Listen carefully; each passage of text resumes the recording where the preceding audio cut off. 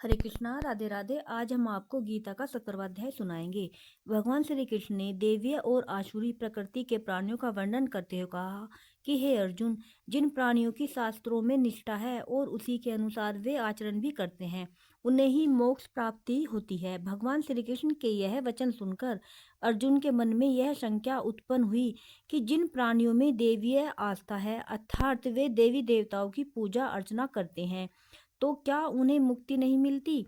अपने इस संशय के निवारण के लिए अर्जुन ने भगवान श्री कृष्ण से पूछा कि हे कृपा निधान, जिन प्राणियों ने शास्त्रों का अध्ययन नहीं किया अथवा ज्ञान प्राप्त नहीं किया और न ही शास्त्रों के अनुसार आचरण किया, केवल मन में देवी देवताओं के प्रति श्रद्धा रखते हैं तथा उनकी ही पूजा अर्चना करते हैं, वे कौन सी प्रकृति के होते हैं? सात्विक, राजसी अथवा तामसी? अर्थात ऐसे प्राणी किस गति को प्राप्त होते हैं और उनकी क्या स्थिति होती है? भगवान श्री कृष्ण ने अर्जुन के संशय का निवारण करते हुए कहा कि हे अर्जुन, प्राणी की सात्विक, राजसी व तामसी प्रकृति पूर्व जन्म के संस्कारों का ही परिणाम होती है।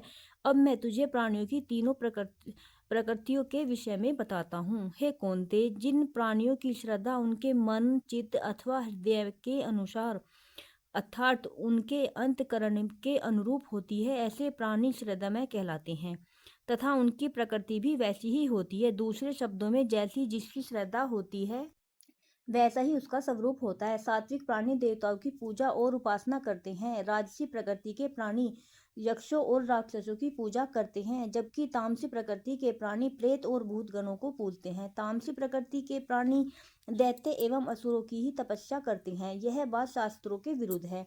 तामसी प्रकृति के प्राणियों के चेहरों से भी कभी कभी भय भी उत्पन्न होता है। ऐसी प्रकृति के प्राणी लोगों को दिखाने के लिए तप करते हैं। मन में फल की कामना लेकर कभी कभी इस प्रकार का तप करने से शारीरिक कष्ट भी होता है। उनकी देह में भी मैं ही रहता हूँ। इसलिए हे अर्जुन, वह अपने आप को नहीं बल्कि स्वयं मुझे ही दुख देते हैं। ऐसा तप करने वाले अंतज्ञानी दैत्य के समान है और वह तब भी दैत्यों का ही है। हे अर्जुन, श्रद्धा तीन प्रकार की होती है, जैसे उसी प्रकार भोजन भी तीन प्रकार का होता है। यज्ञ और दान भी तीन प्रकार के होते हैं। अब उनके अलग अलग भेद सुन। सर्वप्रथम मैं तुझे सात्विकी भोजन के विषय में बताता हूँ। इसके खाने से आयु बढ़ती है। यह भोजन देवताओं को भी प्रिय होता है। ऐसा भोजन करने से अमर हो जाते हैं, अर्थात देवता स्वरूप हो जाते हैं। जिसको खाने से शरीर में बल पुरुषार्थ उत्पन्न हो, शरीर निरोगी हो, मन में प्रेम उपजे, रसयुक्त, चिकने, घृतयुक्त और शरीर में बहुत समय तक रहते हों, ऐसे भोजन सात्विक प्राणियों को ही प्रिय होते हैं। खट्टा, मीठा, चटपटा, तीखा, मुख में जलन पैदा करने वाले, दुख उपजाने वाला तथा अहितकारी खाद्य पदार्थ अर्थात भोजन राजसी मनुष्यों को ही प्रिय होते हैं। हे अर्जुन, अब तामसी आहार के विषय में सुन। जो भोजन अधपका, रसरहित, बासी, दुर्गंध युक्त तथा अपवित्र हो अर्थात किसी का बचा हुआ झूठा हो, ऐसा भोजन तामसी प्रकृति के प्राणियों को प्रिय होता है। हे अर्जुन, तब भी तीन प्रकार के होते हैं। मैं तुझे उनकी व्याख्या सुनाता हूँ। सर्वप्रथम मैं देह यज्ञ की व्याख्या बताता हूँ। प्रकृति पर रेंगने वाले जीवों को देखकर पांव रखना चाहिए। कहीं ऐसा न हो कि कोई सूक्ष्म जीव जो काफी छोटा हो पांव तले आकर मर न जाए, तथा किसी जीव को जानबूझकर दुख पहुंचाना यह चरणों का तप कहलाता है। दुख न पहुंचाना यह चरणों का तप कहलाता है। शरीर की प्रत्येक इंद्रियों को स्वच्छ एवं पवित्र रखना, प्रतिदिन भगवान शालिग्राम का पूजन करना, अपने गुरु का परमपिता परमेश्वर के समान सम्मान करना, ब्रह्मचार्य का कड़ाई के साथ पालन करना, माता पिता की सेवा करना, यह सब करने वाला सच्चा शारीरिक तपस्वी कहलाता है। वचनों का तप भी प्राणी को तपस्वी बनाता है। जो प्राणी सत्यवादी होता है, सर्वदा सत्य वचनों का पालन करता है। लेकिन कैसा सत्य? जिस सत्य के बोलने से अथवा सुनने से किसी को दुख पहुंचे, ऐसा सत्य कभी भी नहीं बोलना चाहिए। मीठी वाणी और मधुर स्वर से संबोधित करे, अर्थात जिस वचन को सुनने वाला प्रसन्न होता हो। गायत्री मंत्र पढ़ना, वेदों का पाठ करना, पुराणों के स्तोत्र पढ़ना, मेरी लीला और अवतारों के चरित्र पढ़ना तथा विष्णुपद का गायन करना, यह सब कार्य प्राणी वचन तप कर सकता है। अब मन का तप सुन। सर्वप्रथम प्रसन्नचित अर्थात मन को चिंता रहित रखना, मन को मेरी प्रीति से स्वच्छ करना, निश्चल मन को मुझ में लगाना, मन में स्वभाव भाव रखना मन की तपस्या है। हे अर्जुन, जो स्वच्छ मन से मुझ में प्रीति करता है, वह तपस्वी की भांति प्रेम के साथ फल की कामना न करते हुए मेरा भजन करता है। अपने आपको मुझ अविनाशी ईश्वर को समर्पित कर देता है, वही सात्विक तपस्या कहलाती है। जो भोग विलास एवं मलिन मन के द्वारा अपने आप को प्रतिष्ठित करना चाहता है तथा अपनी मर्यादा स्थापित करना चाहता है, वह पाखंडी है। उसकी तपस्या राशि तपस्या कहलाती है। राशि तपस्या कभी भी स्थायी नहीं रहती। जो अज्ञानी, जिसमें ज्ञान का लेश मात्र भी नहीं है, जिस तप द्वारा शरीर को कष्ट हो अथवा तप किसी का अहित करने के लिए किया जाए, वह तामसी तपस्या कहलाती है।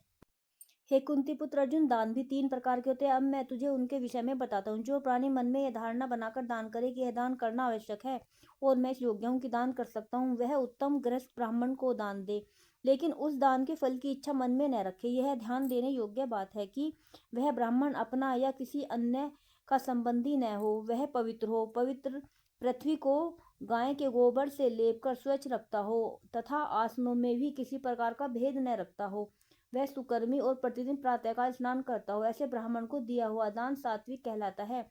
ऐसे ब्राह्मण को दान देना चाहिए जिससे अपना कुछ लाभ होता प्रतीत हो अथवा दान देते वक्त किसी भी प्रकार की इच्छा मन में हो, ऐसा दान राजसी कहलाता है।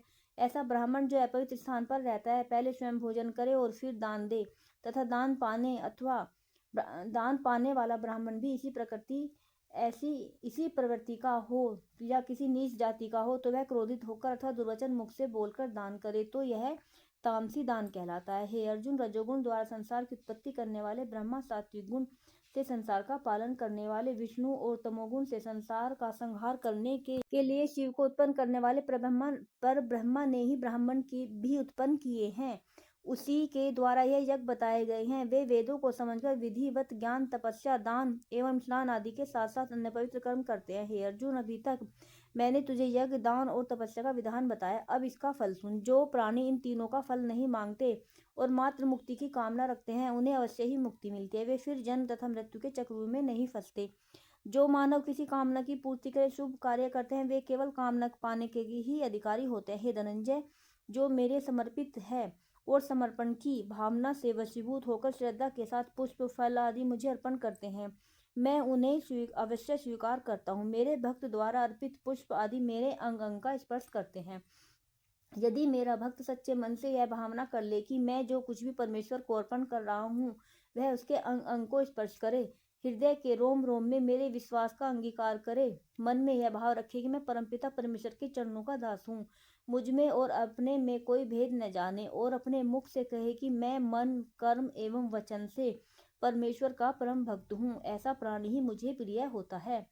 मैं इसके द्वारा अर्पित की गई वस्तुएं सहर्ष स्वीकार कर लेता हूँ। हे अर्जुन, मैं श्रद्धा रहित प्राणियों द्वारा किसी का किया गया हवन, दिया हुआ दान तथा तपा हुआ तप तथा अन्य सत्कर्मों को स्वीकार कर अथवा अंगीकार नहीं करता। जो प्राणी ऐसी श्रद्धा भाव लेकर अपने पितरों के लिए दान करता है, उसको वे कभी स्वीकार नहीं करते। अतः प्राणी को चाहिए कि वह सच्चिदानंद परमात्मा के नाम का नित्य निरंतर चिंतन करता हुआ निष्काम भाव से और शास्त्र विधि द्वारा नियत किए हुए कर्मों का परम श्रद्धा के साथ